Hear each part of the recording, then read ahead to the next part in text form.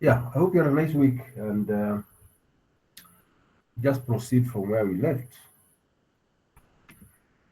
I think we were looking at network devices, um, and media.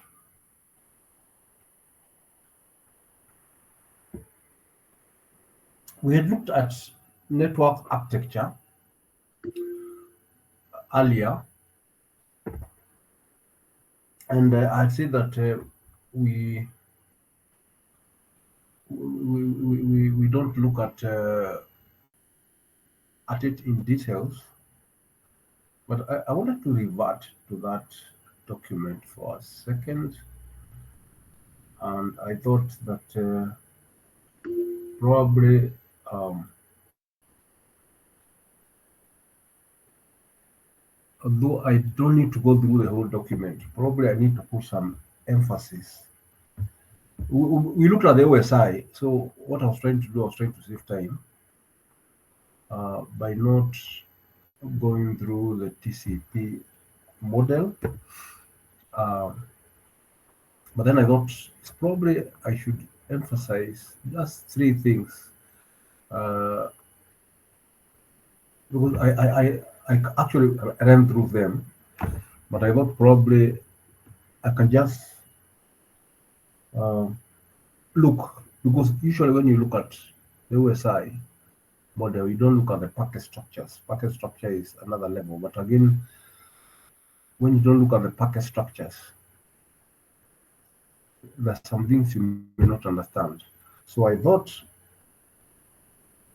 of going back to just two packet structures. The TCP, we looked at it, uh, and then the the data link layer packet structures because they are the most important because that's where most of the things happen. Remember, I said uh, that's basically where everything happens because they're the ones that ensure end, either end to end uh, reliable, uh, um, uh, which is the correct word. There's a correct word which is used for that. End to end, it ensures that the end to end delivery is does not have errors. I was trying to use the exact word. So I did explain that the source port and destination port. I think if you remember, we had talked about uh, multiplexing at at well for those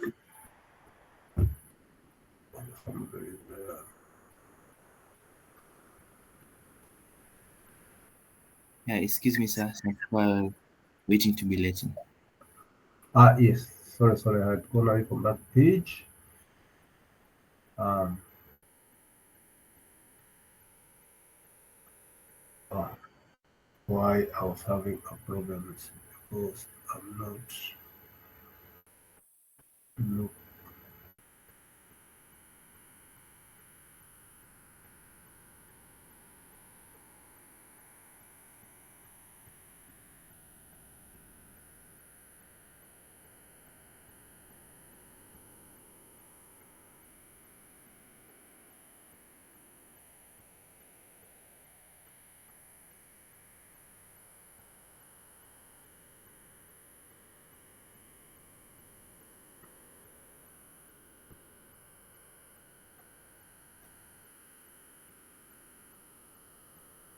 Yes, what I was saying is we had looked at this, but I just ran through it. But later I thought probably that was not there because the understanding of the packet structure, especially at layer 4 and layer 2, where the layers are concerned with error free um,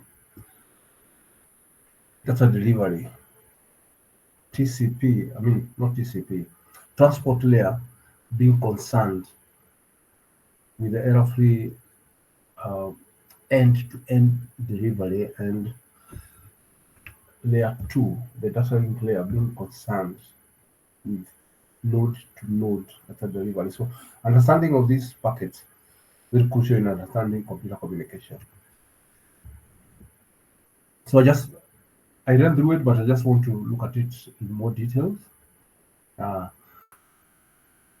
so the source port and destination port, I think now that we have all understood, these are port numbers in layer 4, and the importance is actually in multiplexing session. Yeah? It means you can be able to have two sessions running at the same time, uh, so long as they are different sessions. It means you could be browsing, and you could be uh, browsing while you are actually doing network management. Yeah, you'd have them working at the same port, and of course you understand, because if two people are communicating, it means that the packet going from A to B would have the destination address in the packet, because remember, this is a packet. Yeah, it is just zeros and one organized into one long sequence. So it goes like this, as I said, then it starts here again into a long sequence, and they have fields. So the fields mean something. So you're saying this source port and this source port, and of course this this packet will be enclosed in an IP packet. Yeah, remember that this packet will be enclosed in an IP packet. So this packet will be inside an IP packet. So there will be the IP address on the IP header, what has been added. I've just done it like this so that it's completely enclosed. So there will be an IP header, so that which will have destination address, but all packets going from sender to receiver will be having the same addresses. Now to differentiate the applications, then they are going to have different port numbers. That's what these are for. And the port numbers are in this packet, while the IP numbers are in the enclosing packet. Because remember, this is the IP. No, this is the segment, which is the layer 4 packet, is enclosed in the packet. Sometimes we call it the datagram. Yeah. And then this is enclosed in the frame. Frame is all, it is enclosing all. So a frame has all this inside. Yeah. It's good to understand that. A frame has all this inside, because a frame is just enclosing uh, this other inside. Yeah. So sequence number, I hope we understood sequence number. Sequence number is just the number of the first byte, because bytes are numbered. Yeah. When you have a stream of bits, they are addressable to the byte, not to the bit. They are addressable. Each byte has a different address. But the sequence number which you have here is a sequence number of the first byte of this whole packet. Is the first byte of this whole packet. Yeah. So I think a good example is, for example, when you start having a transmission, you normally have what we call an initial sequence number, ISN. Yeah. So if ISN is, remember this is 32 number, so it will be some 32-bit. Yeah.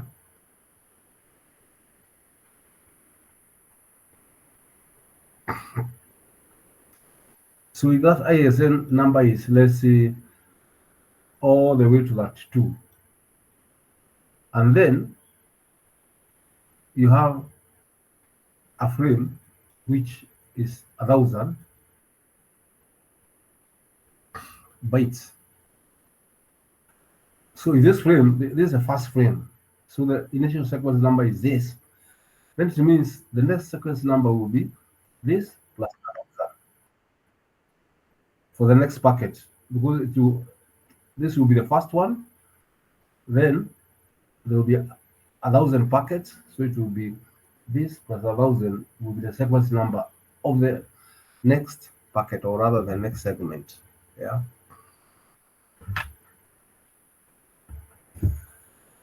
Then of course acknowledgement number. I hope you all remember what we said acknowledgement number is about. It will be the packet has arrived. Now the response, or rather the packet comes from the other side. It may not be the response, but it will include that response. So the acknowledgement number of that packet will be acknowledging this packet. The packet which has gone this way will be acknowledged by the packet coming out this way. So the acknowledgement number of this packet going this way, the immediate one, will be the last byte of here. So the first byte was sequence number. The last byte is the acknowledged number of this packet, because it's acknowledged here. Yeah, that is what normally confusing. Data offset, remember we said is a 4-byte, and is a 4-bit. It gives us whether it is starts here, which means it is 5, because we are talking about 20-bit words. I mean, 32-bit words. Sorry. So it will either be 5 or 6. Why it is important? Because it tells us whether you have options and padding, because options are not always there. You can have a packet which has only this and then data follows, or you can have a packet which has got this, then data follows. So it's important to know. So that's what this data offset does. Yeah. These are reserved code. Yeah, what you're calling code here is basically what we call flags. Yeah. Some packets call it flags. I think from where I got it was calling it code. They are flags. We have seen there are 9 of them. I think we don't bother so much with the flags, but they basically they are the most important are 6. The other 3 are concerned with congestion, but the 3 are just the standard flags: reset. I think I'm trying to remember the numbers. Urgent, finish, yeah, acknowledgement, yeah. I can't remember the other, but there are 6 of them. Oh, push will be the other one. But basically, reset just means reset the connection. Urgent is just telling you that there is some urgent information, and therefore, if it is 1, there is urgent information, and then, of course, there will be urgent pointer telling you where that urgent information is. Then there is, of course, finish, when you finish the connection. Acknowledgement, sane. Actually, this is what I was forgetting. So these are the 6 important packets. Synchronize. I mean, this is the first packet. We are going to see it with the TCP handshake. Yeah. So those are the 6. Push means this packet, don't just push it to where it's supposed to go. Immediately you get it, you don't store it. That's what push means. Sync, of course, I said is the first that's the first packet you send when you want to do a TCP communication, and uh, acknowledgement is definitely, it means this packet has acknowledgement. Yeah, it's also an acknowledgement packet. It's acknowledging what we receive. Yeah, I'm running fast because I went through it, but I just thought in my mind I need to clarify this. Window is the size of the receive window. Yeah, you're just telling the other guy that this is what I can be able to hold without sending an acknowledgement. Actually, you're just declaring your capacity. So you're telling the other person that I can get this without acknowledgement. You're trying to set the window size. You're going to see that when you come to flow control. Yeah, you need to know how much can I send without acknowledgement. Do I send 4 packets? Do I send 5 packets? So, and that is determined by the guy at the other end. How much can he hold? Yeah. So that we are going to look at when you're looking at the flow control. Checksum, of course, is for error control. Yeah. Urgent pointer, we have seen what is that for. Options, of course, is when you have got options, adding, or the options could be time. Options means you have got extra functionality. Yeah. So that could be whatever, it could be a timestamp. That's one of the most common options you want to have in your packets. When were they sent? Or rather, when were they received? Yeah. I think it's more of sent because they are put before the packet is sent. Actually, why this is important, I think every time this packet, as the packet is traveling towards a destination, which may not be the next destination. Remember, this is end-to-end communication. It may not be the next node. So it will be time stamped as it moves with the nodes. Yeah. So the time will keep on changing. Yeah. As it is moving with the nodes. Yeah. Padding, of course, is to make sure this is a 32-bit, because options may not be 32. So you have to make it 32-bit by padding. Data, of course, is the data that came from the other layer. So this will include the packet from the upper layer, which is the session layer. So having said that, I thought the other thing, of course, I think I talked about this before any transmission, because remember we talked about connection oriented. When you talk about connection oriented, it means first you have to establish a path before you start communicating, and this is how you establish the path. You send the synchronized packet. That's the initial packet.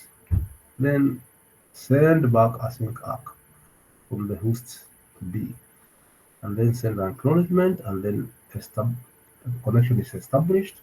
Now you can begin transmitting. This only happens with TCP. That's why you call it the SIT TCP, the three-way TCP handshake. It only happens with connection-oriented communication. It does not happen with connectionless. Because with connectionless, you don't need to set a path first. Yeah. So UDP is just a smaller version of that because it's connectionless. So you can see it doesn't have all those other things the other one has, because it's for connectionless communication. So where you don't expect to find errors, where you don't expect to find, actually this is more used because it does not overload the packet. Because remember, up to here, all this is overhead. If you can do without it, you'll be happy, because it's not the actual data. So overheads, whenever you can avoid overheads, you avoid them.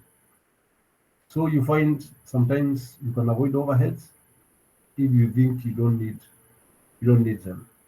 But for minimum, you need source port number and destination port number.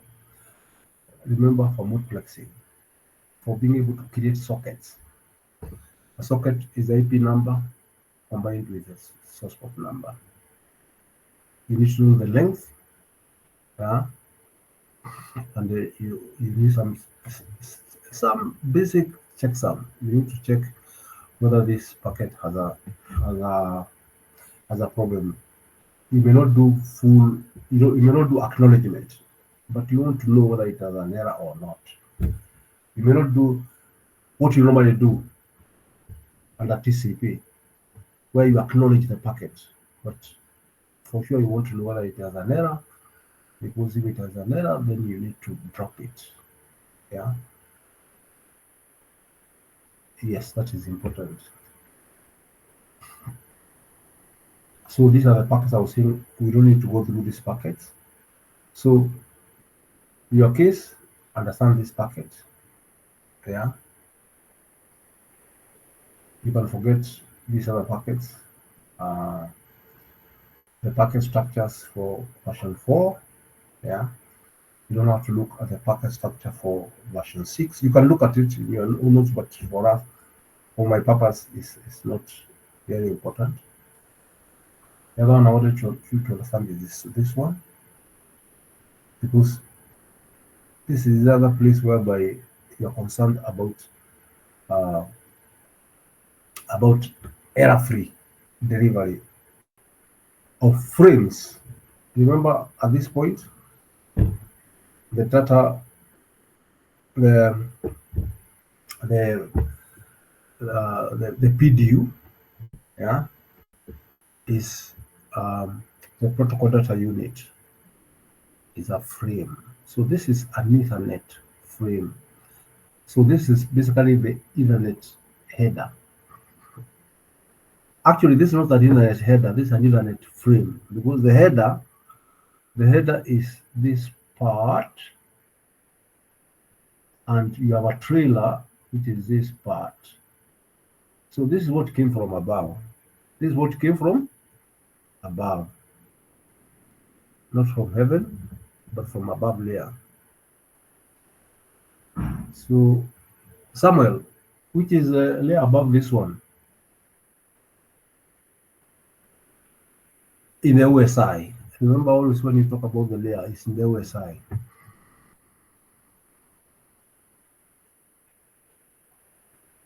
Is it the network? Yeah, it's the network layer. It's coming, if the OSI is coming from network layer, but in the TCP IP, it is coming from the internet layer. I think I remember we talked about giving it a different name. I think we had here. In the TCP is the internet layer. In the OSI model is the network layer.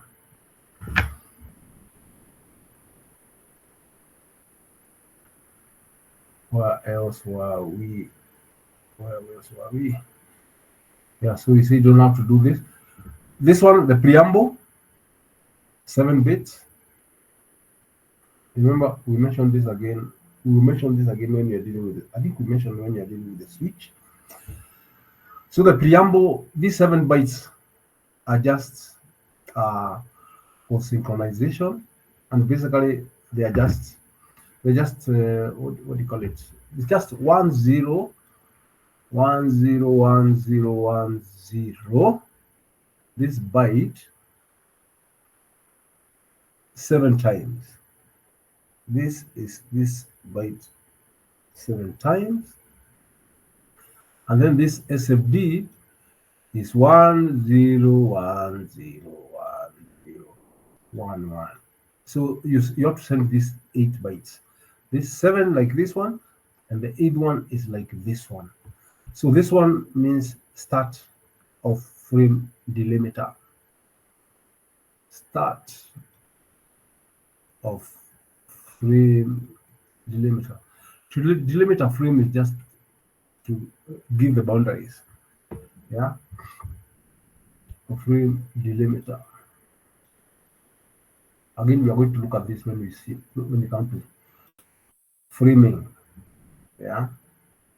So term delimiter is R.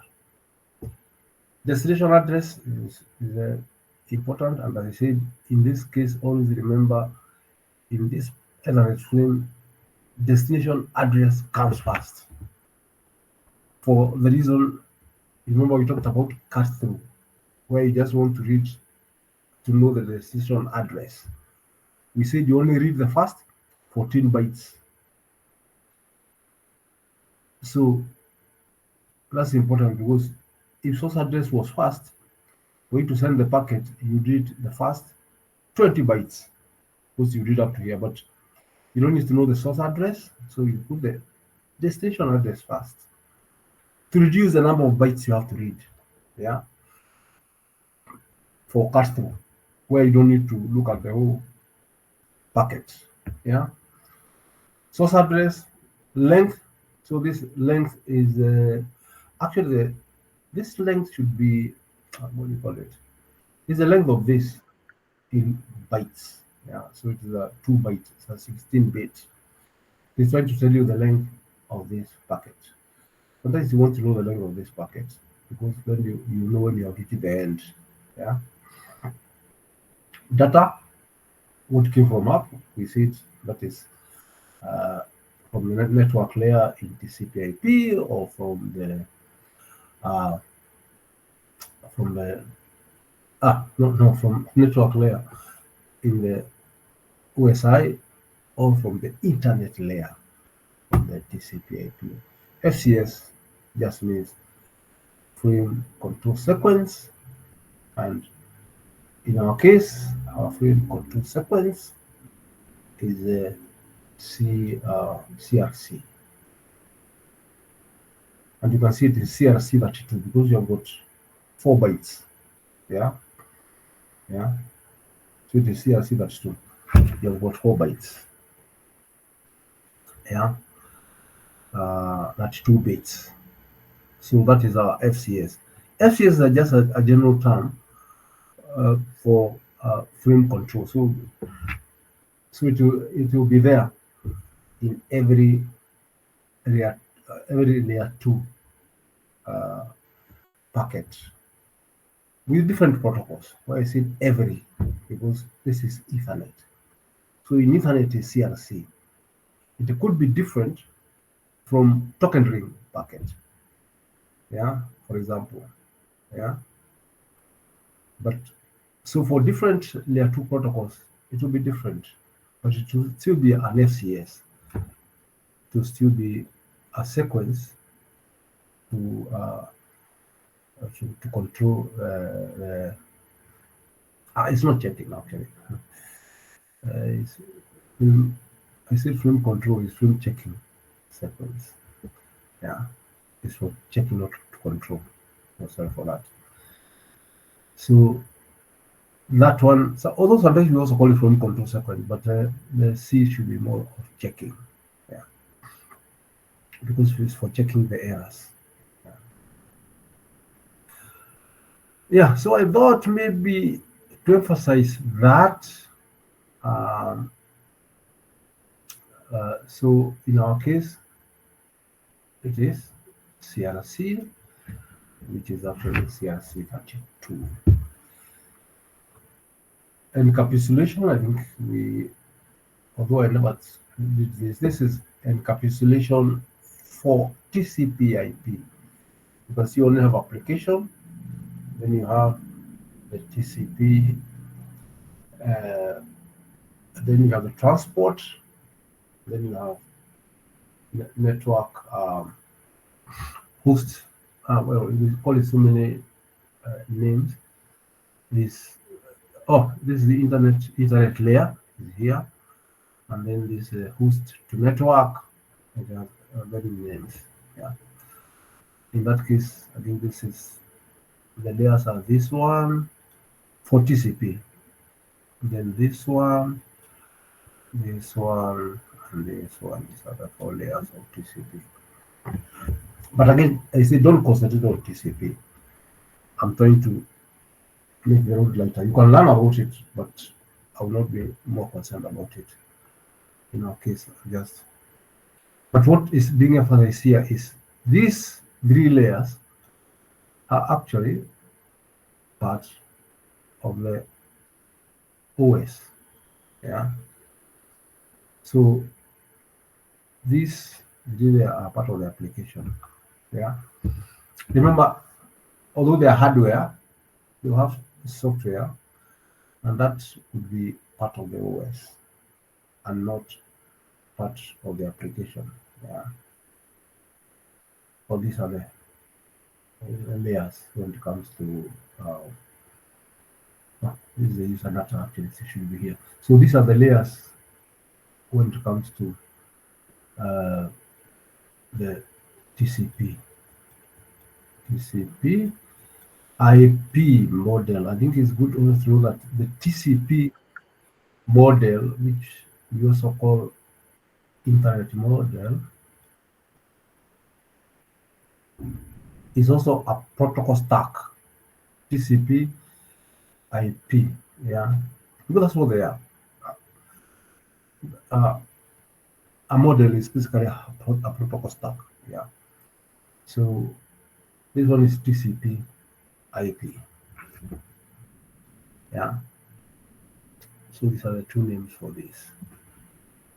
So, but these are two different protocols. So let's not mistake TCP/IP and TCP. TCP is a protocol. TCP/IP is a protocol stack. Yeah.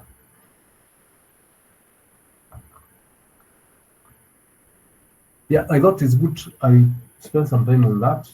I had run through it very fast, but later I thought uh, I talk about it. So if there are no questions on that, let's proceed to where we were last time. I think we were network devices,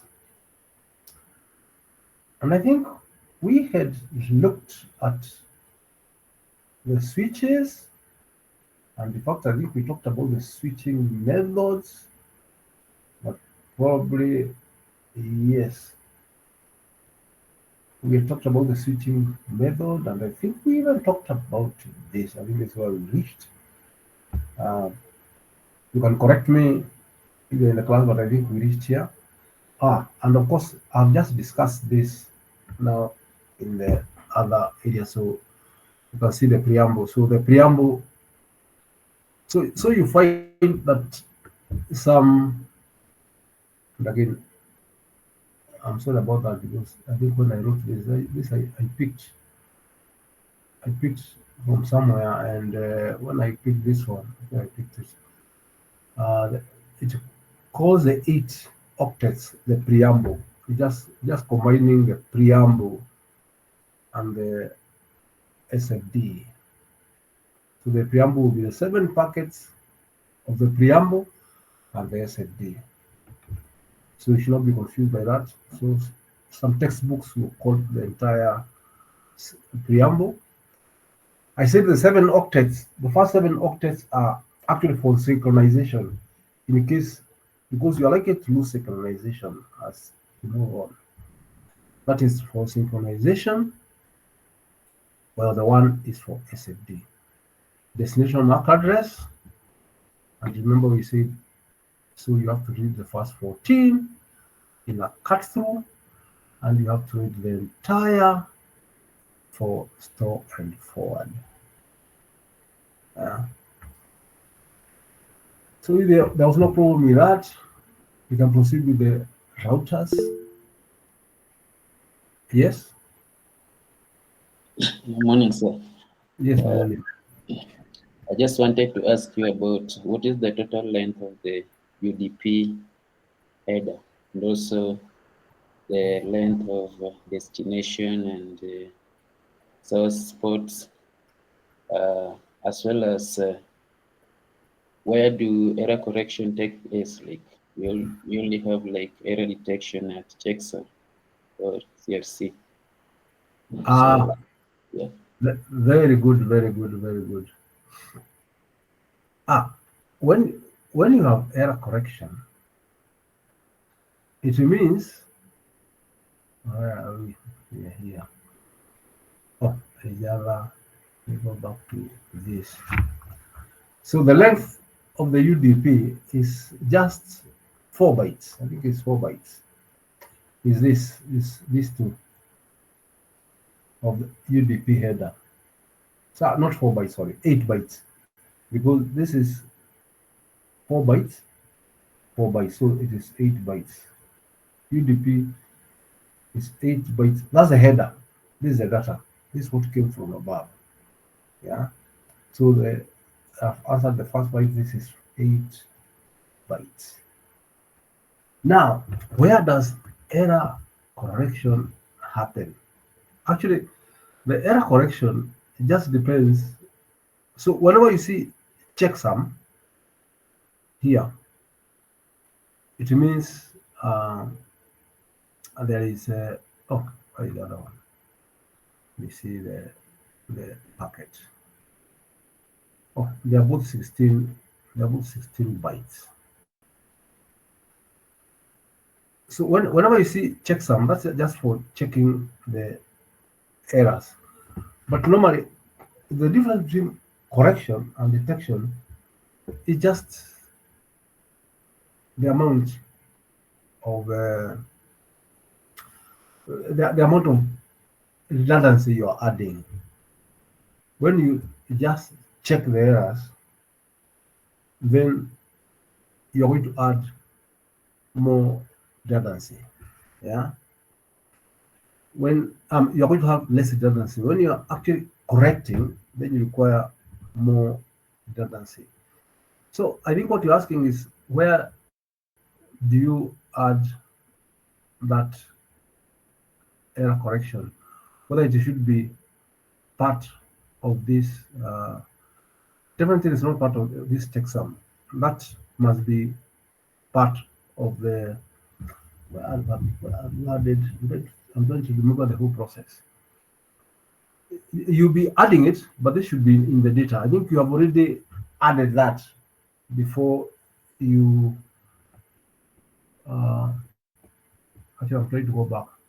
Whether you have not added that before you get into the network, yeah? Because remember, that is evaluated at the ends. So I'm trying to think whether that will not be more in the application. Because this checksum is just for checking this,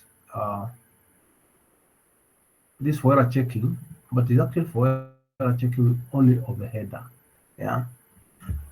But correction is being done. The difference between correction and detection, of course, we know it is the additional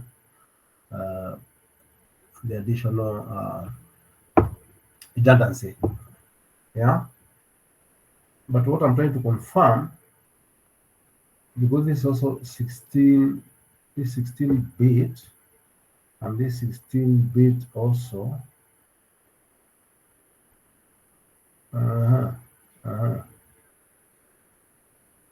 They have the same length. They have the same checksum, and you don't correct errors here.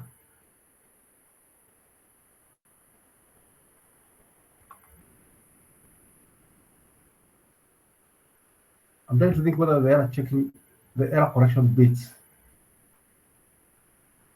I'm going to relate this with a block diagram we normally have with, but error correction, I think when it comes to where in the, it will be this transport layer, but it's not in a TCP package. You ask a very good question. Yeah, but it's not in this packet. I want to see exactly where, because this checksum,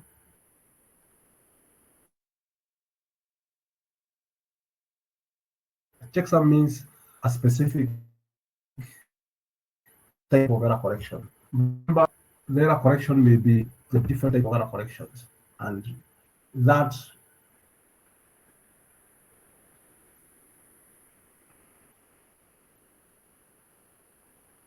Actually, this could be error correction, but this checksum. TCP specifically uses checksum. I think that's where I was having a problem. TCP uses the checksum. Yeah, I think I need to confirm that. I don't want to give you wrong information. Yeah, I'm trying to relate where would it be, but definitely will be in this layer because once you layer, whatever functionality happens when you're transmitting has to be in one of the layers, and it looks like the logical layer is to be here. So TCP uses, yeah, I can see where we were. TCP IP, that model uses checksum. So if you did a packet directly under the general case would be, it will depend on which protocol. But TCP IP at this layer uses checksum. Yeah, I think that is the correct thing because layer correction must happen in this layer.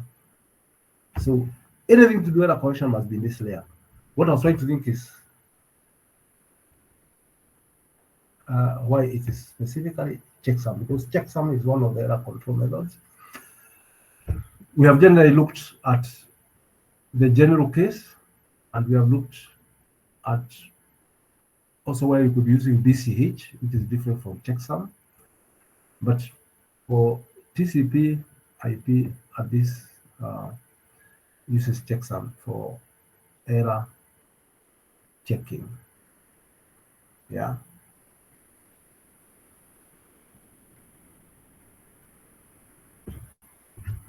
I have a feeling I did not answer your question, especially about where error control takes place, where error correction takes place. But let me confirm why this has only checksum, because I don't see where else it would be, unless it is in an upper layer, especially in the OSI model. Yeah. Let me not answer that question fully. I hope I've answered the first part. I like answering something I'm completely sure.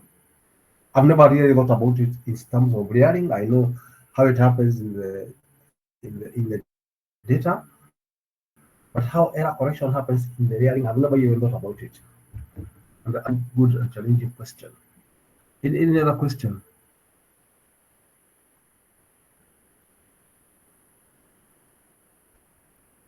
And thanks for that question, Ogola.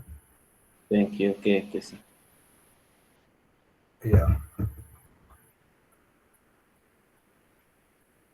So if you can see why equations are very important. Because I always look at that, but I've never been able to relate the error checking we do in the block coding, error correction specifically, because error checking, checksum is normally used for error checking. But what happens to error correction? Where does it happen?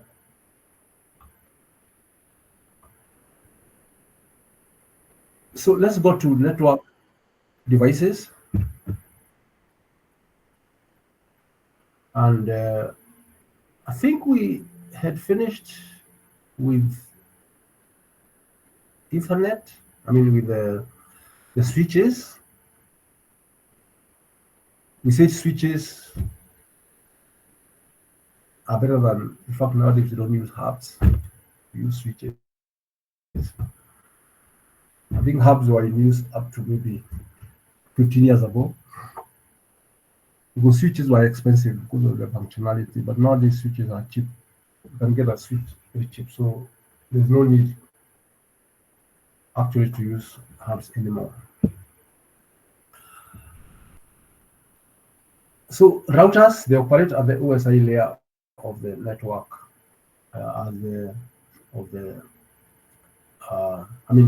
OSI layer 3, which is the network layer of the OSI model, and they operate in the internet layer of the TCP/IP model.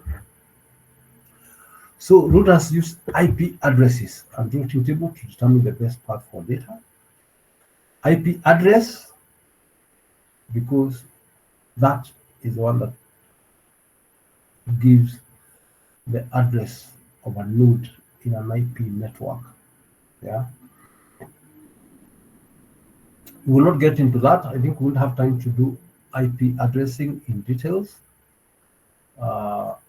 in this course, but it's normally a very important part of networking. But to give you just a small glimpse, even when it will be covered in details, is that the IP address has got two parts, which of course, for those of you who have done either Cisco or Huawei courses should be familiar with this. But for those who may not have done it, I'll just give a glimpse of it. So what you have is you have the network address has got two parts,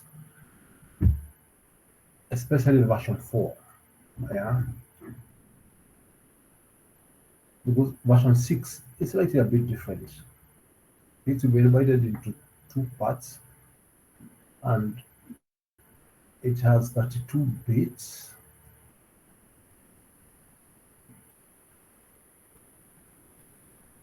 And these 32 bits can be divided into 4 bytes, call them octets. And initially, what used to happen, there used to be something where is hierarchical. That's the part I want to come next. Is hierarchical. Hierarchical means it has 2 parts. It's divided into 4 parts, but these 4 parts are organized into 2 parts. Yeah. Why?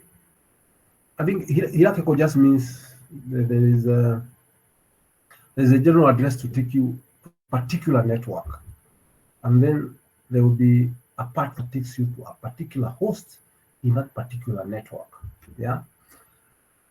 But now what you want to know is which part is that network and which part is a host. Yeah. And that initially used to be determined by a system we call a classful system.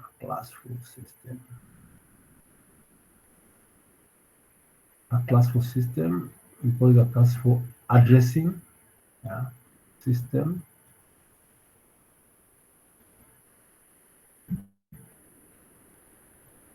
And what that meant is what part is a network and what part is a host. Yeah, because you're saying if you're here, let's say you are here, there's one address that will take you to a particular network, which will mean another router here somewhere. And this will take you, so one part will take you to either here, or whatever address it is. But then whatever network address, network ID it is, then the next part will take you now to which you have reached here. So to which now? That is need to be the host part. So the network part will choose that, then the host will choose which host in the network. And that used to be determined by classes. So for class A, this part is the host. The other 3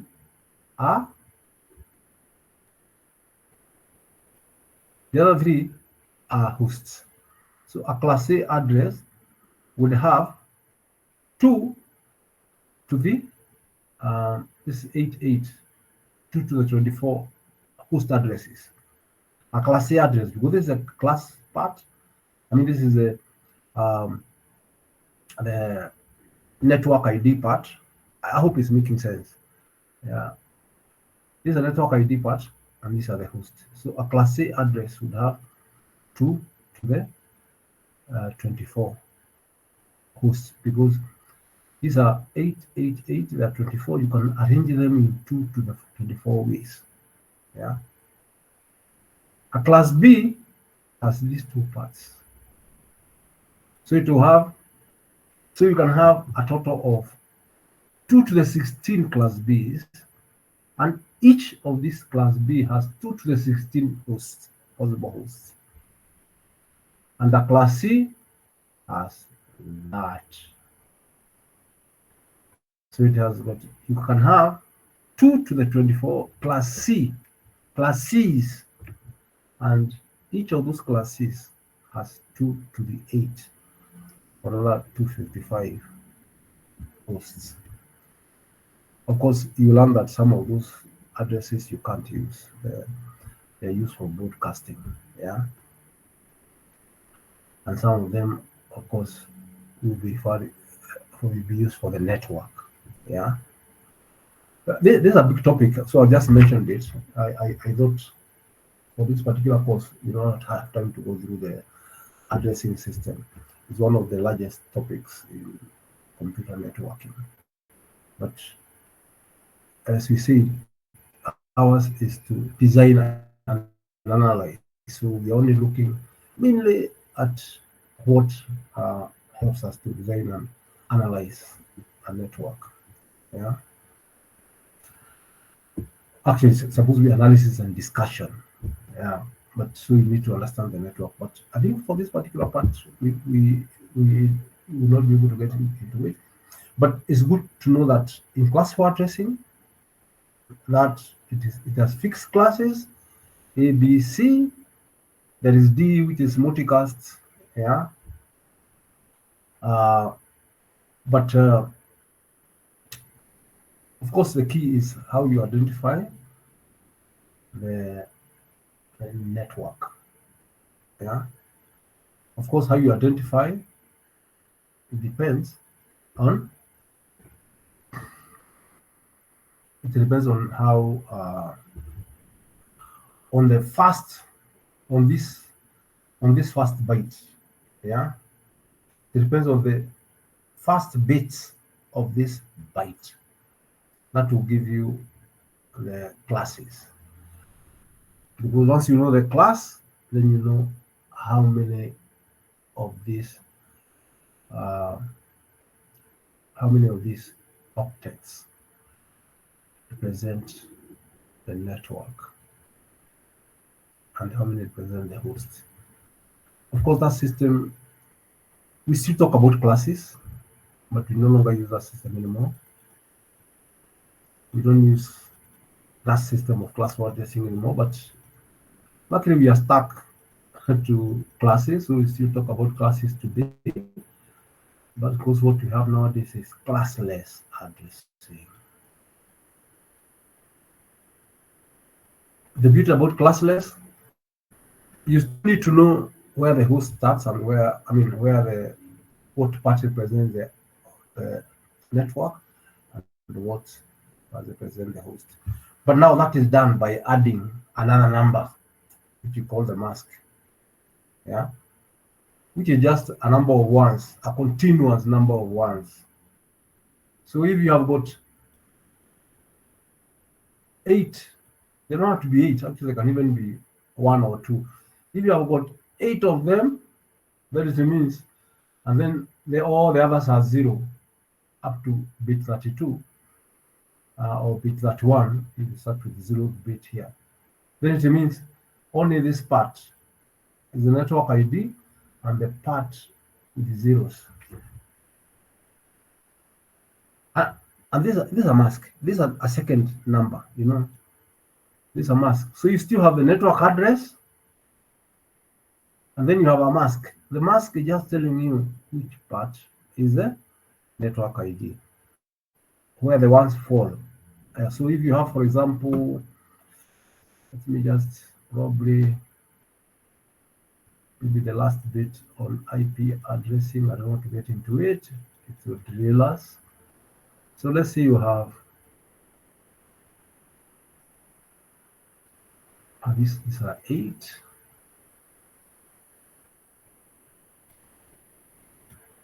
That's another 8. I'm just doing at random.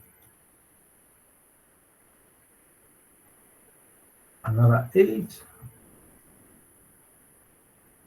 and another 8.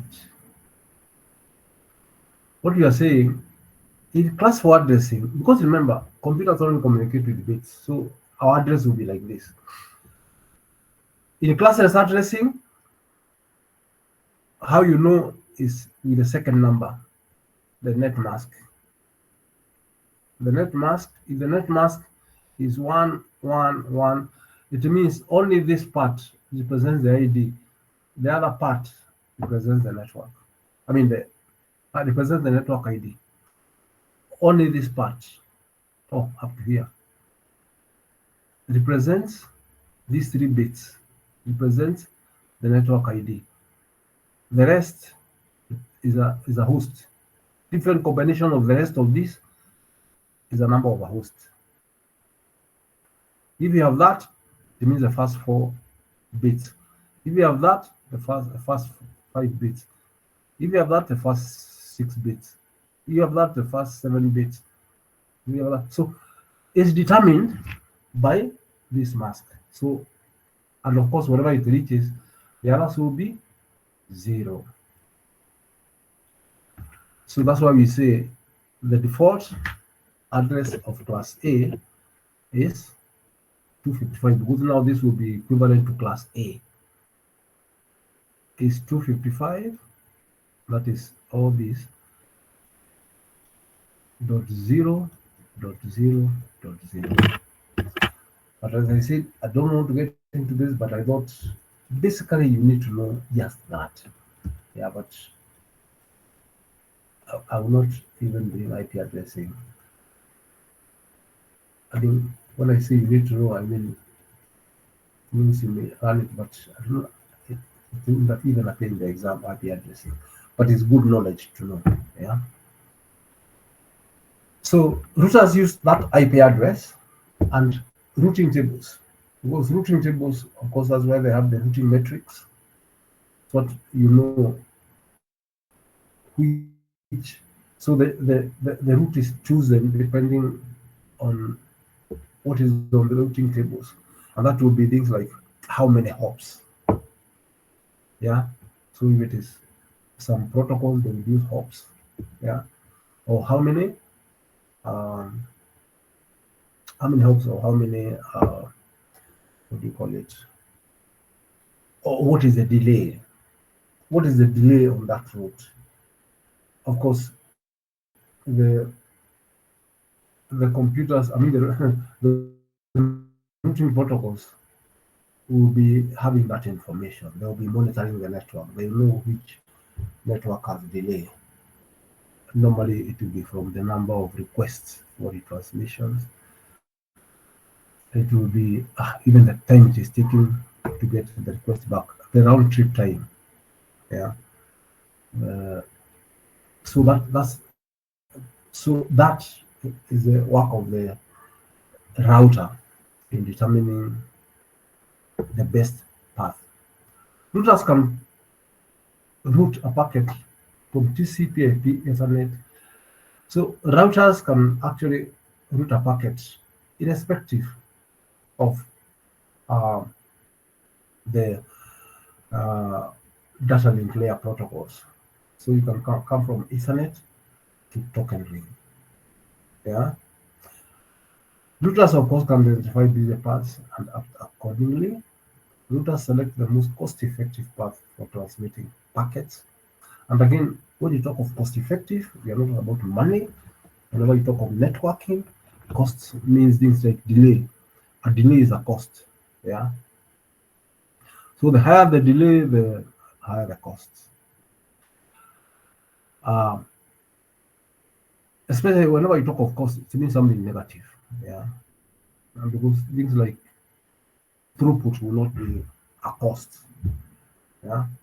If you're talking about jitter, delay, those will be costs. Router tables are forming on communication between routers using routing protocols. So routers use routing protocols, and therefore They need to communicate, and how they communicate depends on the type of routing protocol. So it could be a link state protocol, or it could be a distance vector protocol, and they communicate differently. Again, we will get into the details of routers or routing, but we're going to complicate looking at different routers uh, within a LAN, within an autonomous system, out of an autonomous system, and those who are doing Cisco uh, or Huawei, who have gone into details of that. Uh, so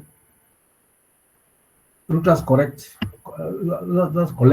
data about current status to make decision to select the best path. Yes, that is collecting that. So again, it will depend on the protocol. How how often is it collecting data? Does it collect data after a particular time? After how many seconds? Or does it collect data when there's a change? Yeah, because some protocols only send data when there's a change. So it will collect data when there's a change in the network status. Others will check every 30 seconds. Yeah. Routing examples, there is a routing information protocol. This is a distance vector routing protocol. It just means exactly that. It is more concerned about the distance in hops.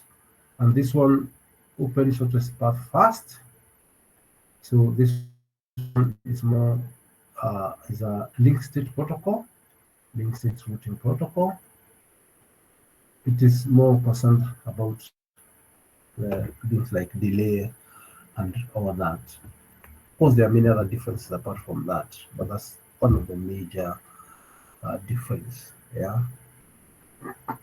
So RIP is here. RIP is a specific. Well, these are classifications of routing protocols, but these are specific examples in this grouping. Yeah. So RIP is a distance vector routing protocol. Uses hops between those two determined paths. Do not consider congestion in the network. They are not worried about whether a route is congested or not. The broadcast every 30 seconds the routing table to neighboring routers to convey routing information. Yeah, these guys actually distance vector routing protocol are interesting. They just deal with the neighbors. I think it's a kind of routing by rumors. They just deal with the neighbors. Unlike the link state, they need to understand the entire state of the network. Yeah. So it means they normally have all the information in their headers. So they require larger headers. I mean, they require larger, not headers. In their memo, uh, in their memory, they have larger memories to store all that information. Yeah. Uh, so when it comes to, for example, link state routing protocol routers, they would have higher capabilities. They are more expensive. Of course, these protocols are considered better. Uh, so whenever you have to use them, especially in large networks, because they have better convergence. Yeah. When you're trying to search a node, they converge faster because the router has all the information. Yeah. Uh, doesn't have to get from the neighbors. Yeah. So RIP is limited to interpreting up to 16 hops. Not suitable for large networks. OSPF is a link state. Best path refers to the shortest path. Each router maintains a database of other router links. Yeah.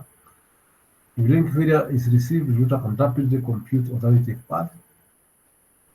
Yeah. They do it fast. That's why we say they converge fast. require more memory and computational power than RIP. There are three switches. These are very common nowadays. They are basically routers with the switching capability.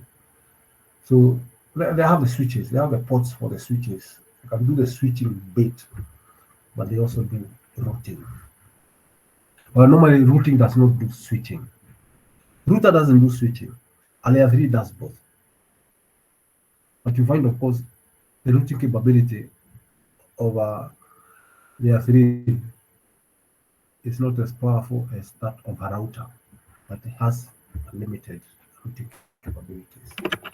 So they can perform MAC switching and also IP routing.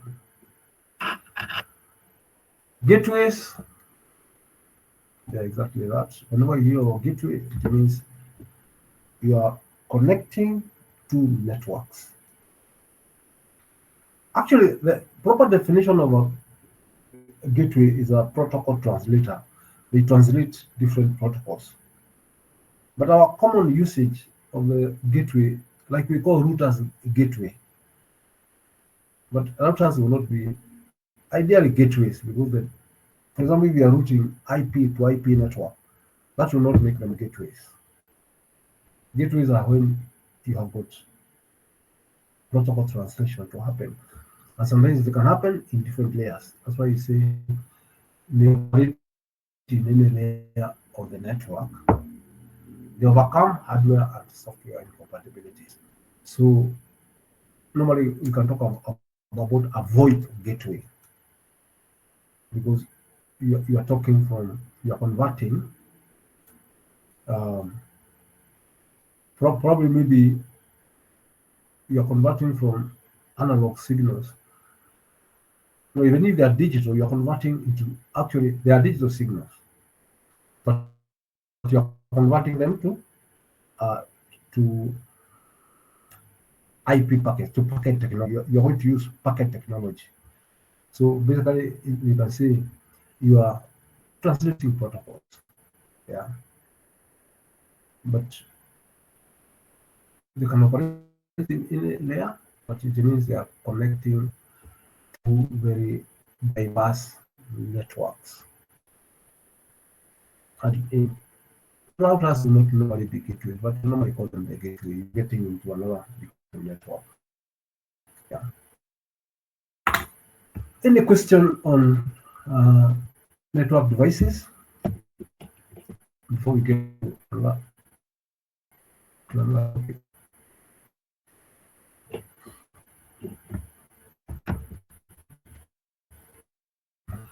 Any question?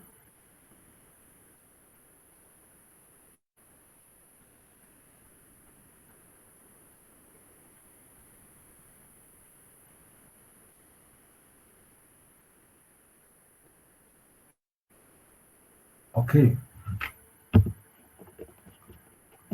So what does that mean? We have understood everything or we have not understood? But I think I'll go with the earlier one. Let me be positive. Let me go with the earlier one that we understood everything. Sorry. So the next thing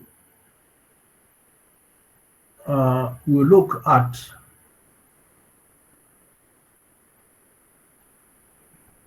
sorry.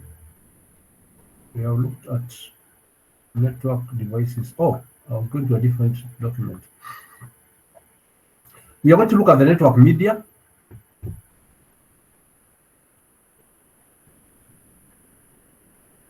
This is a straightforward topic. Very likely you have covered it somewhere in your course.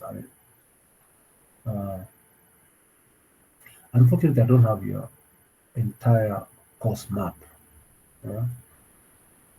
for your degree. So sometimes I'm at a loss to know what you have covered, what you haven't covered. So sometimes I may bore you with stuff you have covered before. And kindly bear with me.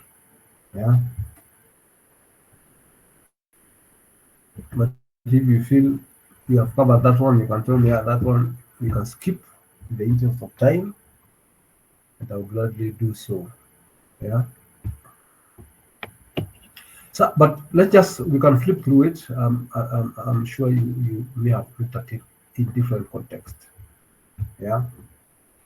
So, of course, network media is a very important part of computer communication. Media you use. Yeah. So we are going to look at the different types of available media and why we may choose one or the other. Yeah. So generally, media will fall into two: guided media and unguided media. And that just means wireless. They are not guided.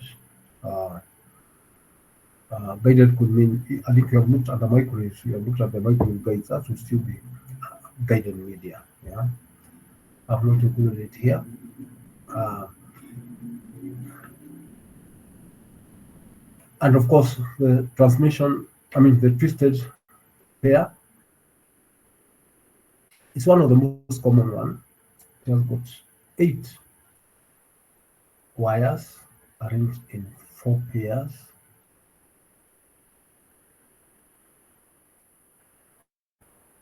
That um, is two more than the standard telephone wire, which is 6, and the spin has 6. But we call it RJ. It's called RJ6. Yeah, no, it's RJ11. Telephone wire is called RJ11. Uh, the 6 wire. Actually, its connector is only called RJ11. The connector is 6 pin. The connector for this is normally 8 pin called the RJ45. So this one has 8 wires. So arranged in 4 pairs. We are going to look at the details of each. Then you have the coaxial cable. It has got 2 conductors. One, and they are coaxial. They are concentric. I don't know what else we call it. They are concentric. One is in the center. This is just a section of the wire. I'll just cut it. Um, so there is a conductor in the middle. Then there is a conductor on the outside. Then there is some dielectric material. It looks like plastic here. That's a form of a plastic, which is between the outer conductor, which is just braided wire, just small wires braided with each other, which act as a conductor and also mechanical protection. Yeah. So that's what you have on the outside, this conductor. Then you have a conductor in the center here. So that's why it's called the coaxial cable. Used to be used for networks, not, I can say not used anymore. Actually, I met this. I managed to get it. I think in my uh, when I joined the organization I used to work for, and I think in about 5 years we had replaced it with a TCP, because it's not a very good cable, because the way it is, when you're the failure, you not know which part has failed. Unlike TCP, unlike twisted pair, which normally is straightforward. Because twisted pair is normally connected in star topology. This one is connected in bus topology, and with the bus topology, it's very difficult to trace a fault. Yeah. So we never use them anymore. And of course, they're also limited in capacity. I think the highest you could get for 10 Mbps. 10 Mbps.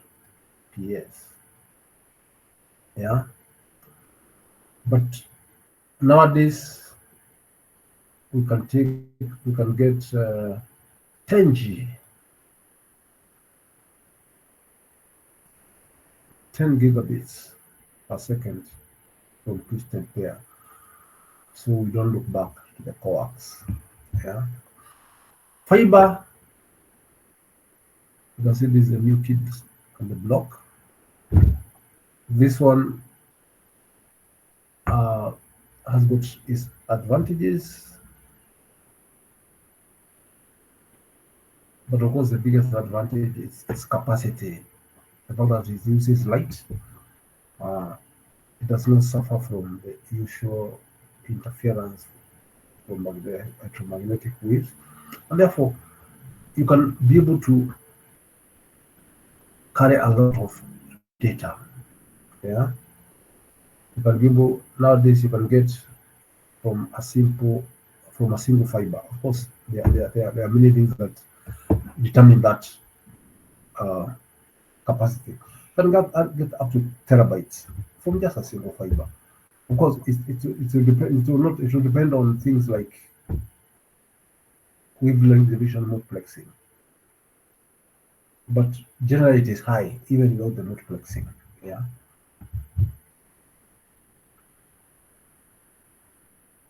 Of course, the limitation is dispersion. In because remember here we use pulses. We use pulses of light. So dispersion affects especially because dispersion is like broadening of the pulse and also moving of the pulse towards the other pulse. And eventually, uh, as you increase the number of pulses per second, it also means there will be a limitation because of that uh, pulses interfering with each other. Yeah, it's a form of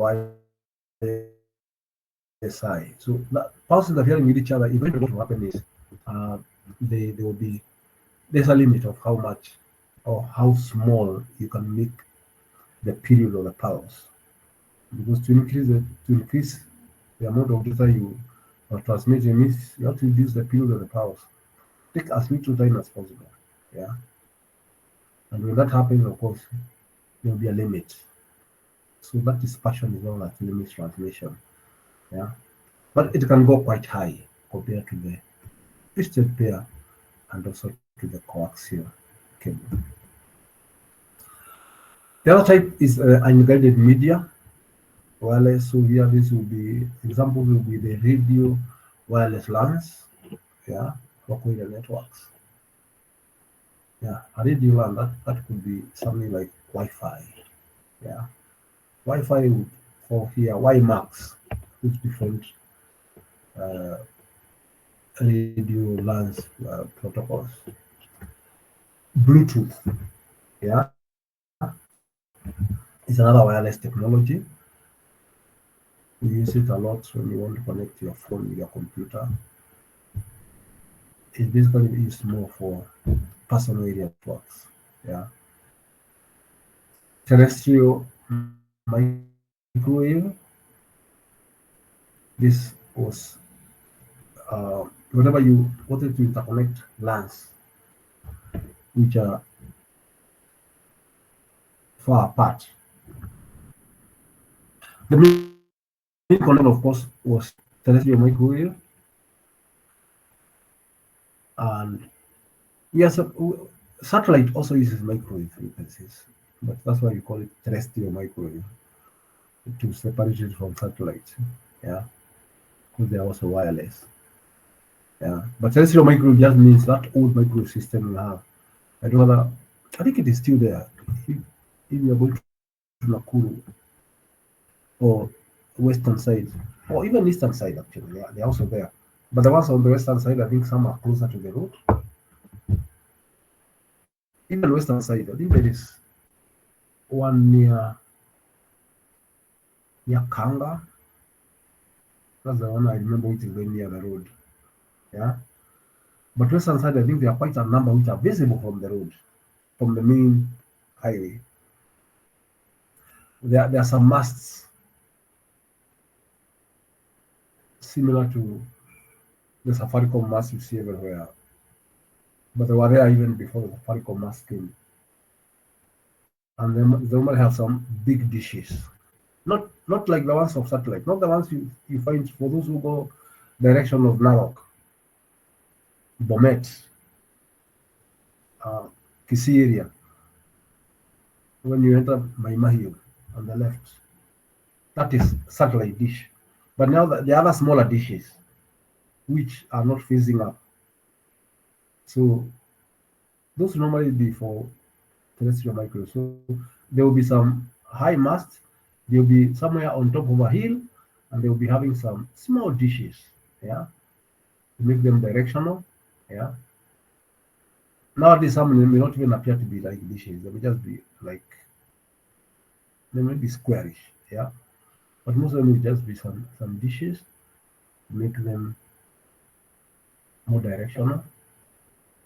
And this is what was existing before we got fiber. This is what used to be there. They used to be on the hills.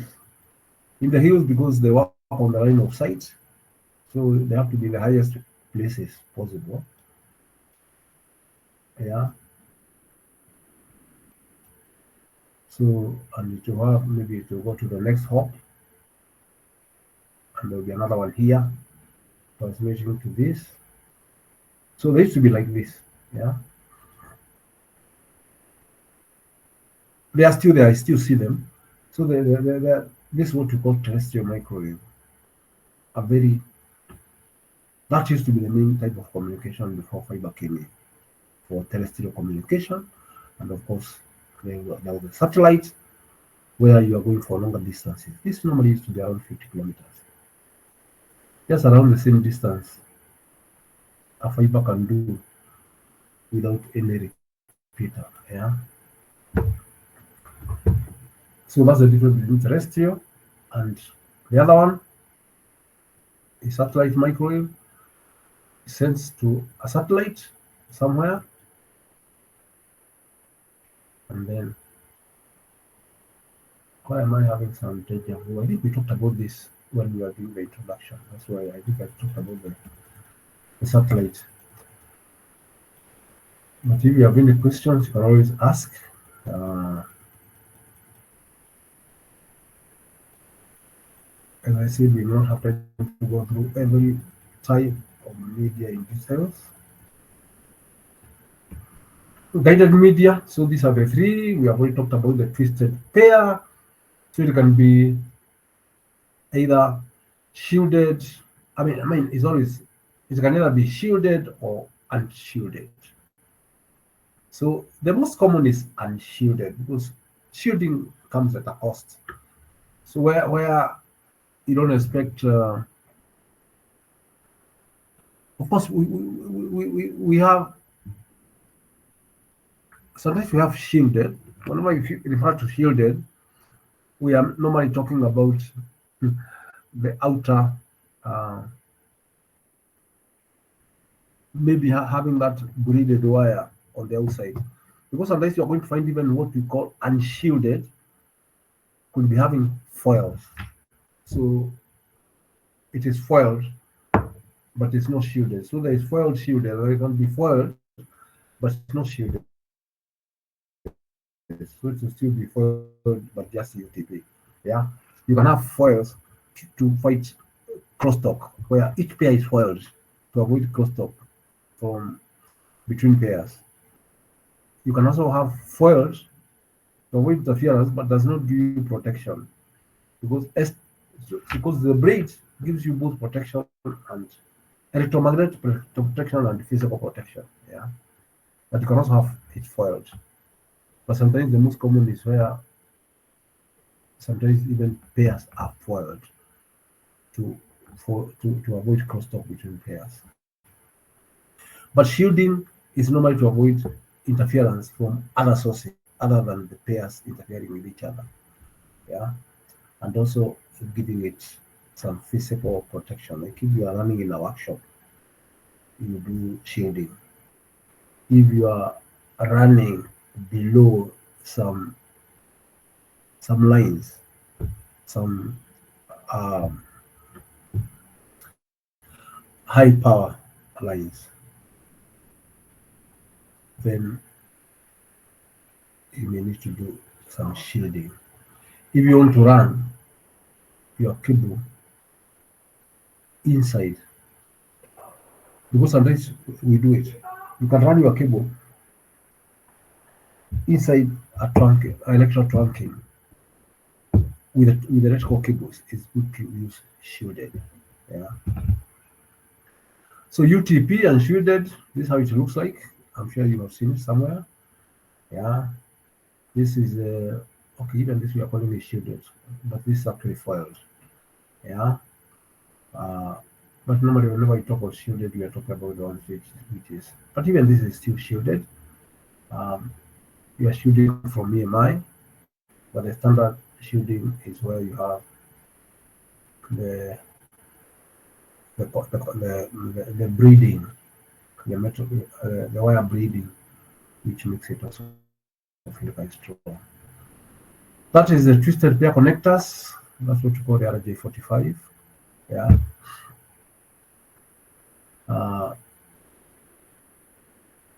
These are UTP categories. You're going to hear a lot of talk of Cat 5, Cat 6. Actually, that is just categorization. Meaning the one we are used to is this EIA, TIA categorization, electrical industrial association, telecommunication association categorization. But there is also classification by ISO, which is slightly different, but I think we are more familiar with the TIA, EIA categorization. So right now, I think Cat 8 is being tested. Even now we have Cat 8. But most of the cables you get, most people are still on 6A, but like I'm not gotten in Nairobi's category 7. Whenever I try to get, I always get category 6. We are always slightly behind. For a long time, up to maybe 10 years ago, we were on 5E for a long time. Now the minimum people are installing is Cat 6. Cat 7, I don't know whether it's available now. You can do, but you can see you are not improving so much on the capacity. Probably that's why there is no motivation to go to Cat 7. Yeah. But probably Cat 7 will do a longer distance for this than Cat 6. Cat 6A, to do this, you are compromising on the distance. Yeah. So that's the categorization. You can see they have different bandwidth. That is the frequency. That's the difference between the highest and the lowest frequency. And of course you can see that it is slightly different from the capacity. You have these frequencies, but this capacity, of course, there will be other factors that will determine this capacity, because frequency allows the signals we are using. Yeah, but you can see the bit rate is different. It's normally the same or a bit higher. It just tells you probably it also depends on what, whether you are multiplexing, whether you are also using 2 bits per signal, per symbol, or 4 bits per symbol. Use more bits, then you're going to get a higher bit rate, even with the same frequency, because this will just limit the signal. Yeah, but this will be determined by the technologies we are using. Yeah. So, so for example, if you're doing this, you're carrying one symbol, you have 100 megahertz. If you're carrying one symbol, you get 100 megabits per second. Yeah. But if you are using more spectrally efficient encoding, to be able to get more data through the cable. Any questions on what we are looking at?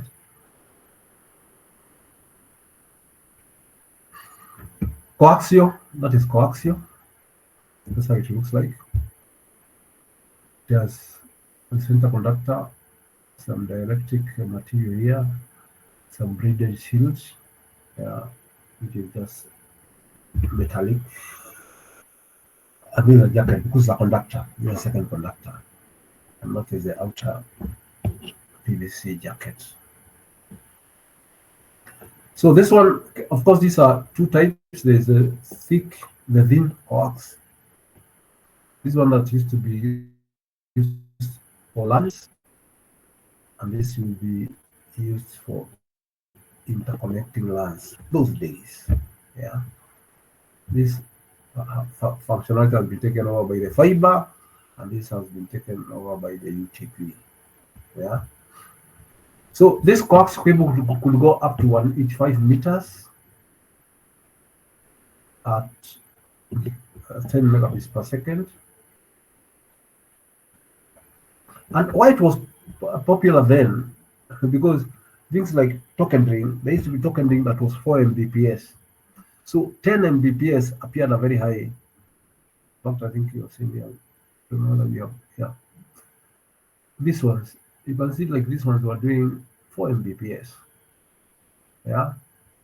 Then we started doing this with the category C, category 3, using 10 BST. This is the time we are using now the token ring. I mean the coaxial cables and also the UTP. So you could get this with the coaxial cable or UTP. So that was the thin coaxial cabling. It is actually thin than this one.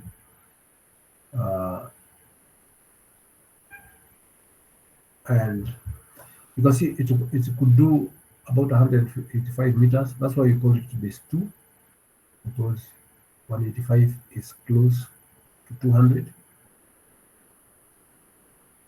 I try to think whether this means 200 yards, but books explain that this is close to 200. But this could have been 200 yards. I think if you convert this to come to about 200 yards.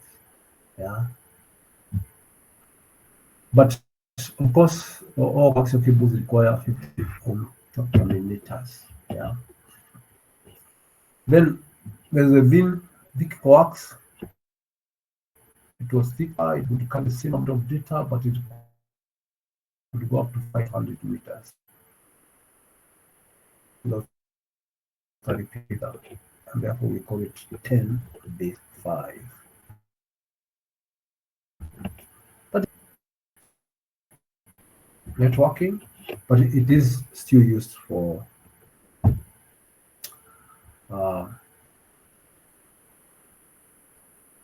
considered used as tools for microscopes, but it is used from the area to the indoor unit. If you are still using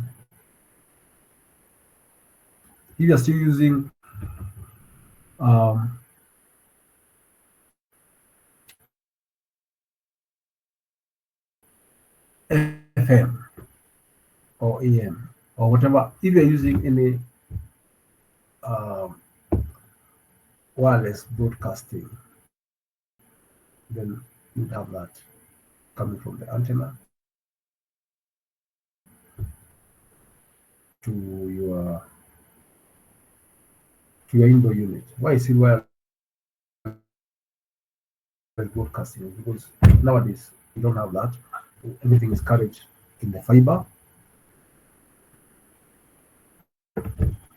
So you just need to subscribe to one of those people who supply fiber connections.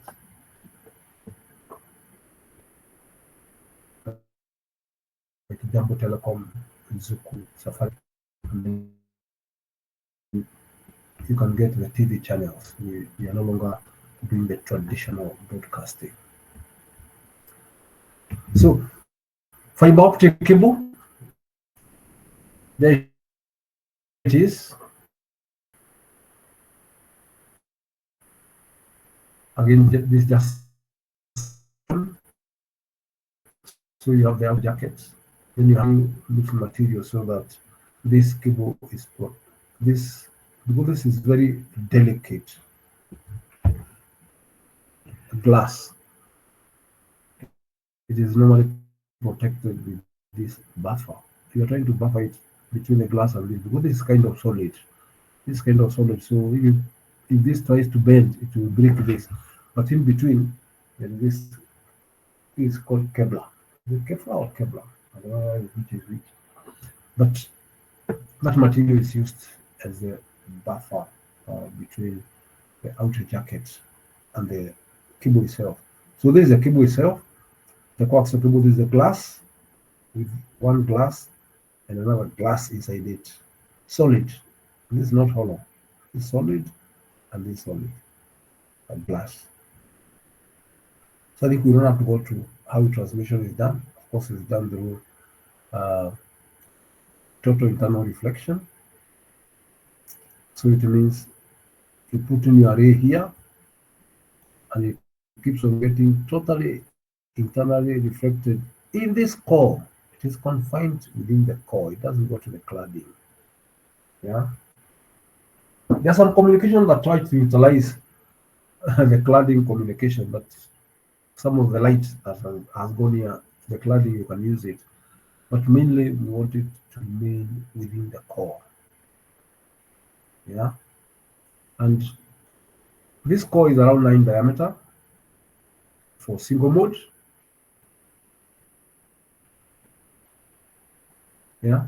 Because single mode, to be able to have only one mode, you need a very thin core. A very thin core. Looking from the ray theory point of view, it means it has to be very thin to be able to restrict only one core within here, only one ray bouncing between here, bouncing as it goes on here. So for single mode, you need a very thin core. You need to couple a very thin core to light. So you need something that really focuses the beam. That's why you need the laser for single mode. Yeah. For multi-mode, this can go up to 65 micrometers. And of course, with this, you can be able to use LED. That's why for within lands where you don't expect to go very far, you use multi-mode. Yeah, because multi-mode means also your switches are cheaper. Because you have any switches, you have in generally end equipment for the fiber, it will be cheaper because you'll be using LEDs. When you have single mode, you're going to be using lasers. So switches that have lasers inside are more expensive. So normally for LANs, you use multi-mode. So multi-mode basically is 62.5. Oh, I said 65. It's 62.5. It's not normally half of this cladding 125. 62.5 and the cladding is 125. That's multi-mode. And this can go up to 2 kilometers. Yeah. Single mode, uh, typical single mode. Oh, so sorry. 9 micrometers. This is 9 micrometers and a cladding of 25. This is single mode. Single mode has much less loss and can travel up to 50 kilometers with a repeater. Of course, what happens is nowadays you may see yourself going longer, not a repeater, because what happens with the undersea cables, they can go very long distance. The whole trick is they also carry some. Actually, the undersea cables are not purely fiber cables; they are composite cables. They carry fiber. They are fiber and metallic. The metallic is to carry power for your laser amplifiers. And hmm.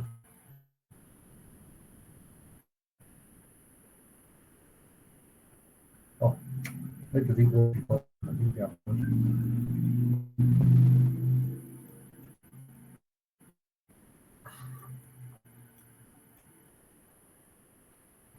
some amplifiers. They are called MBM. EBM. I think there's an element called EBM. Yeah, EBM doped fiber amplifier. The beauty about this is you don't have to convert your signal to electrical. You amplify in the optical uh, mode or optical arena, or I don't know which one to use, which is the easiest. But you don't have to go back to electrical to amplify. So you amplify, the correct one is domain. You amplify in the optical domain. You don't need to get the electrical domain to. So but you still need power. And the laser amplifiers, they still need power. So that power will be carried in the copper part. So when you go to the undersea cable, you're not going to see some amplifiers inside there, yeah, because it's done within the cable using ABM doped amplifier, fiber amplifier. So just be using a piece. The amplifier itself is just a piece of. It happens in a piece of fiber, but you still need to generate the laser, yeah. So these are the typical fiber optic connectors, yeah. SC connector, MTRJ, ST connector. Of course, there are many others, but I just chose those three. Advantages. These are the advantages of um, fiber cable. Advantages. The main advantage, of course, they have enormous capacity, low transmission loss. Cables, they are light. They're used in aircrafts and all that. Immunity to EMI, so you can carry together with the fiber cable. That's why Kenya Power Lighting is one of the suppliers of fibers. I think they normally just supply dark fiber. Then you can light it yourself and put your terminal equipment. Yeah. So they because those cables are not influenced by EMI. Electrical isolation can get a shock from them. Signal security, you can't be able to tap. You can tap coaxial cable, and if you have the right decryption uh, um, algorithms, you can be able to uh, decode that data. Yeah, and of course, they're made of silica. Sand is available everywhere. So, but they also have disadvantages. Of course, the disadvantages is difficult installation and cost. Cost is ceasing to be a major deterrent because I think still difficult installation is more about the cost. I think the last time I did a fiber installation, we were buying a meter for about 150 shillings, which is quite cheap. That's per meter. Maybe the cost has even gone down, yeah, for both single mode and multi mode. Yeah, but which is still comparable compared to the amount of data you carry. It's still quite comparable with the.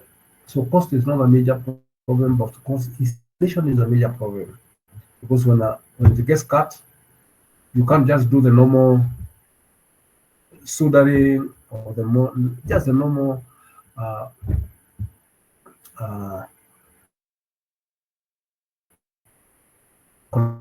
connection you do, splicing. It is to splice fiber. Actually, it's very complicated. Nowadays, it's become a bit easier. Yeah.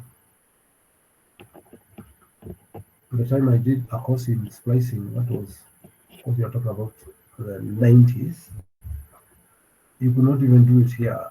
You need to go and get trained outside the country just to splice fiber. That was interesting. Yeah.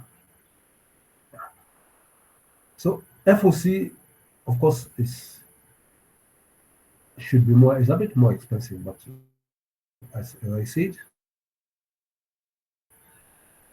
uh, installation of fiber is a bit, especially because of splicing.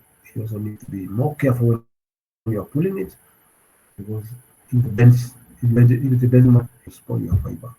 Yeah. Unguided media, wireless. I think these are the different radio LANs, Bluetooth, infrared. Advantages: easy to install, easy to expand, provide to users. That's it about wireless. You have it on your phone, it gives you mobility. Easy to expand, just buy an extra router or access point. Easy to install, just buy and put it on the table or hang it somewhere. So they're easy to install. Disadvantages, relatively expensive. I mean, I don't think this is a major issue. I think during our time this was a major issue, but it's no longer an issue. Providing of security, yeah, that could still be a major issue, but it now will not be a major issue. It's accessible to interference, yes, but interference, you may not be able to access the data because of security, but you may be able to, for example, jam wireless signals so that you can be able to do jamming is the main one, of course. I was thinking of those attacks, but that can happen in a cable. Slower than cabled networks. Yeah, they're normally slower. Because up to now, I think we are still talking about less. Ideally, if you use certain methods like uh,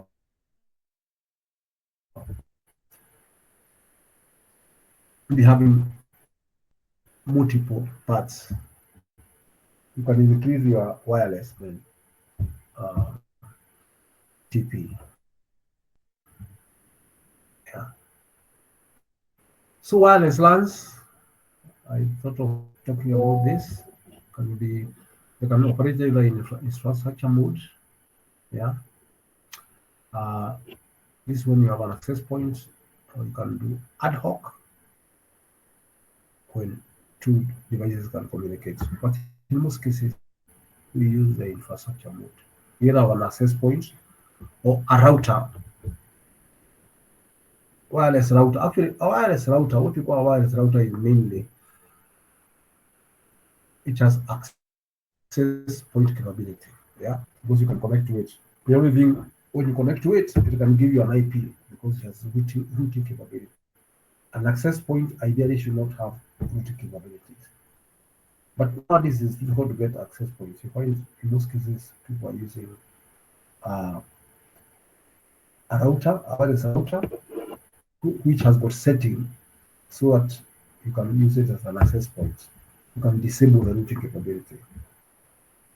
You can choose to use it as a point or a router. Yeah. Those are the IEEE standards. Of course, there are more than this. I think there is AX. There are others. AC, AD.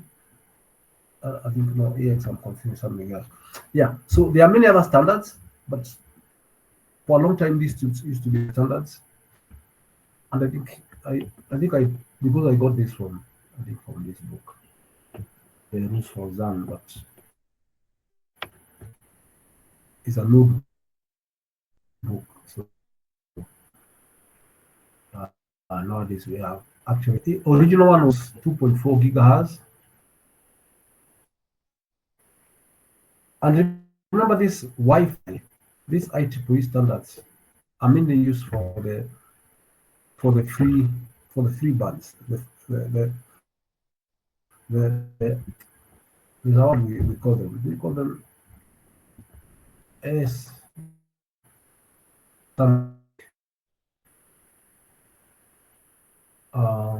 industrial medical. I can't remember that name, but they are generally free. Uh, um, they are free of cost. They are not managed by your communication authority. Uh, the correct name for it. Something I don't remember those names. So that was the original Wi-Fi. It was 2.4, 2 megabits per second. Then we had the 802.11, 5 gigahertz. Today, then there was B, which was this 11 Mbps. Then there was G, which was 2.4 but at a higher speed, and there was N, which combined 2.4 and 5. Yeah. So, any question?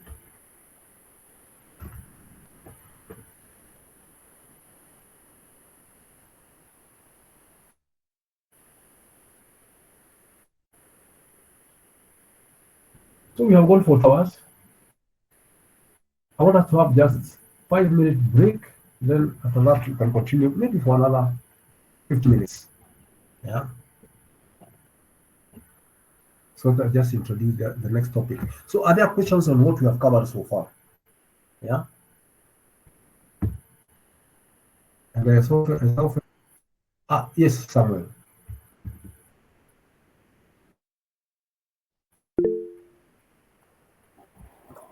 Yes, I'm inquiring about your insights or this topics across. I think they are new. I don't know if they are new technologies. So there's the visible light communication, where you can have, let's say, someone at their home using the light coming from maybe their overhead or pretty much a light source being used to communicate. And there's also power line communication. We use existing power lines, the single phase coming from, let's say, KPLC to transmit data. What do you think about these methods? To me, it's still as experimental stage. I also don't see a lot of feasibility whether it's going to be better than the Bluetooth, Wi-Fi, because the interference. First of all, they cannot go far. They cannot carry much data. Yeah, they are still in experiment. What we are trying to do is to improve the data rate. Yeah, there is a lot of experiment on it, but I don't think it's viable in the long run. It may just be remain a scientific conquest. But uh, I think what what do you call the other one? The second one, The power line. power line. Power line. Yeah, power line is actually power line. Actually, I use it. I use it myself. Those devices. But the power line is actually very good, especially in the house. So if you have got those power line gadgets, and if you are on the same network, yeah, if you are saying you can get your signals. It is a simple mechanism. All you're doing is you're just transmitting the two signals together. But since one is at 50 hertz and the other one is at a higher frequency, yeah, don't interfere with each other. It's a frequency, there is a cooling, so they don't interfere with each other. It works. I have it, and it delivers 200 megabits per second. Yeah, so that one works. This other one is still at the more research stage. I don't see it really being implemented. The data rates are still low. Even the availability, if you think about it, using a torch, another person just lays a torch and you can't communicate.